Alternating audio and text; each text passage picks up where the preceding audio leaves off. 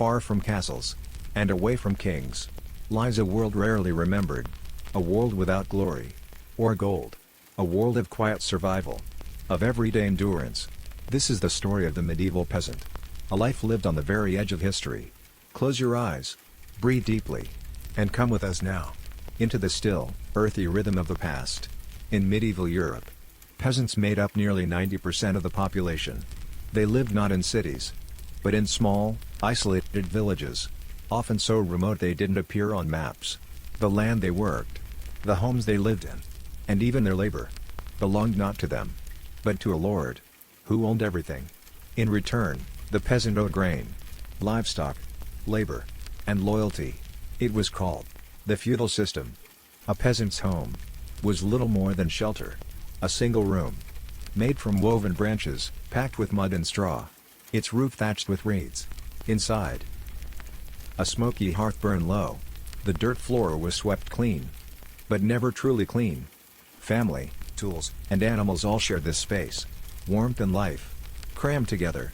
The roof often leaked, but it was home. Food was not for pleasure, but survival. Each day began and ended with pottage, a thin stew made from anything that could be found. Grains, onions, roots, herbs. Sometimes a scrap of cheese. Rarely meat. Bread was often hard and black, and in times of famine, bark or sawdust was added to stretch it. To be full was a luxury, but to endure was enough. Though peasants worked the land, it was never truly theirs. A steward came to collect grain, eggs, wool. Time spent repairing roads or building walls. The lord himself was rarely seen, but his power was felt in every sheaf of wheat, every hour of daylight worked. Taxes were not just numbers, they were the weight of winter, and the hunger of spring. The forest marked the edge of the known world. Beyond its tangled shadows were wolves, bandits, and the unknown. Travel was dangerous, slow, and feared. Few peasants left their village. The world beyond was not for them. So the village became everything.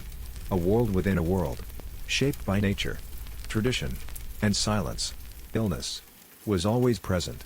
A cough could become a death sentence.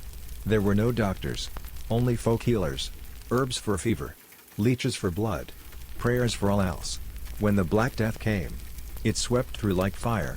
But peasants already knew grief. They buried their dead, wept quietly, and kept working. Survival was not a choice, it was a way of life. Revolt was rare, not because peasants were passive, but because risk could mean ruin. Still, they resisted, hiding grain in false floors, bartering in secret, singing songs of mockery in the fields. Quiet defiance, woven into daily life. They endured not with swords, but with stories, and with stubborn hope, faith and family, seasons and soil. These were the constants of peasant life. They planted in spring, toiled in summer, prayed in autumn, and endured the winter's hush. Though forgotten in books, peasants preserved the songs of their ancestors. The knowledge of weather, seed, and stone. They were not weak. They were rooted. History remembers kings, but kingdoms crumble. It remembers knights, but their swords rust. The peasant endured, without fame, without armor, without rest. Their revolution was quiet, a persistence, a passing on of knowledge, love, and life, generation to generation. In cottages of straw, as you drift to sleep, remember that beneath the throne, it is always the people who carry history. Thank you for joining us tonight. May the quiet strength of the past guide you gently into rest. Good night, and sleep well.